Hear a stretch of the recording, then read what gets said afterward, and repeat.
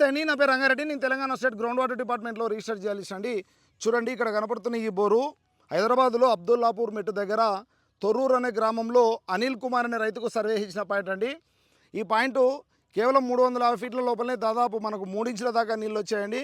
మరి ఇన్ని నీళ్లు రావడానికి ఏ విధమైన సర్వే విధానం మేము అక్కడ జరిగిందో మీకు ఇప్పుడు ఎక్స్ప్లెయిన్ చేసి చెప్తానండి. యాక్చువల్గా ఈ పొలం మొత్తం కూడా మిగ్మాటైట్ అనే మిక్స్డ్ రాక్ ఉందండి. మిక్స్డ్ రాక్ అంటే అక్కడ ఏవేని 2 రకాల రాళ్ల కలయిక జరిగే ఒక మిగ్మటైజేషన్ ప్రక్రియ ద్వారా ఏర్పడిన ప్రాంతం అండి. ఆ ప్రాంతంలో 2 రాళ్ల కలయిక జరిగే చోట ఎప్పుడన్నా కానీ అక్కడ మనకు ఒక మంచి ఫ్రాక్చర్ డెవలప్ అయి ఉంటుందండి. అంటే అక్కడ ఒక వీక్ జోన్ ఉంటుంది. ఆ వీక్ జోన్ లోపల నీళ్లు ప్రవహించడానికి అవకాశం ఉండే పరిస్థితి ఉంటుందండి.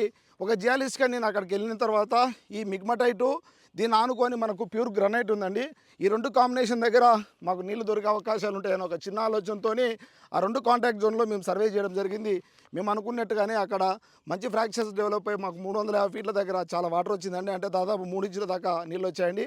సో రైతులారా, నేను చెప్పేది ఏంటంటే, మీరు జియాలిస్ట్ని సంప్రదించినప్పుడు అక్కడ ఉండే రాళ్ళ రకాలను బట్టి, అక్కడ ఉండే నేలను బట్టి, రీఛార్జ్ కండిషన్స్ని బట్టి మీకు పాయింట్లు ఇచ్చే అవకాశాలు ఉంటాయి. కాబట్టి బోర్లు ఈ విధంగా అత్యధికంగా నిలబడే అవకాశాలు ఉంటాయి. రెండోదండి, జియాలిస్టుల ద్వారా ఇచ్చిన పాయింట్లు ఎప్పుడు కూడా ఎండాకాలంలో ఎండిపోకుండా ఉండే అవకాశాలు ఉంటాయండి. Thank you.